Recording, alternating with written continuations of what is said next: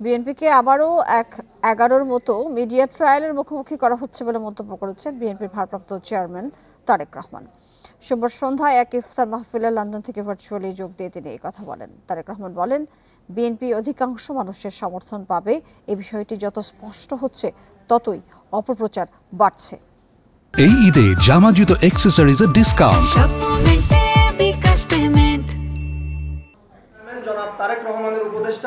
রাজধানীর একটি হোটেলে জিয়া সাইবার ফোর্সের 10ম প্রতিষ্ঠাবার্ষিকী উপলক্ষে ইফতার মাহফিলের আয়োজন করা হয়। লন্ডন থেকে ভার্চুয়ালি যোগ দিয়ে অনলাইন অ্যাক্টিভিস্টদের সাথে কথা বলেন বিএনপির ভারপ্রাপ্ত চেয়ারম্যান তারেক রহমান। সংক্ষিপ্ত বক্তব্যে তিনি বলেন, বিএনপি ও বাংলাদেশি জাতীয়তাবাদের বিরুদ্ধে একটি মহল ষড়যন্ত্র করছে। তিনি বলেন, বিএনপির সংখ্যাগরিষ্ঠতা পাওয়ার বিষয়টি যত স্পষ্ট হচ্ছে ততই বিএনপির বিরুদ্ধে মন গড়া অভিযোগ তোলা হচ্ছে।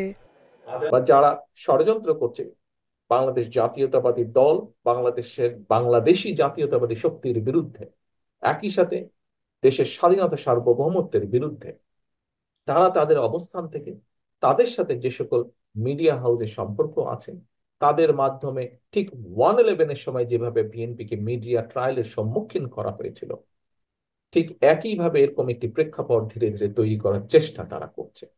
তারেক রহমান বলেন, জনগণের জন্য জবাবদিহিমূলক সরকার প্রতিষ্ঠা করা দরকার। স্বৈরাচারের আমল থেকে শুরু করে এই মুহূর্ত পর্যন্ত বাংলাদেশের জনগণের কাছে জবাবদিহিতার কোনো সরকার নেই।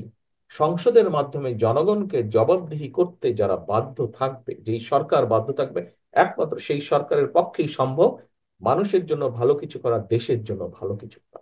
মত পার্থক্য ভুলে ভবিষ্যতের সব প্রতিকূলতা মোকাবেলা করতে নেতাকর্মীদের ঐক্যবদ্ধ থাকার আহ্বান জানান বিএনপির ভারপ্রাপ্ত চেয়ারম্যান।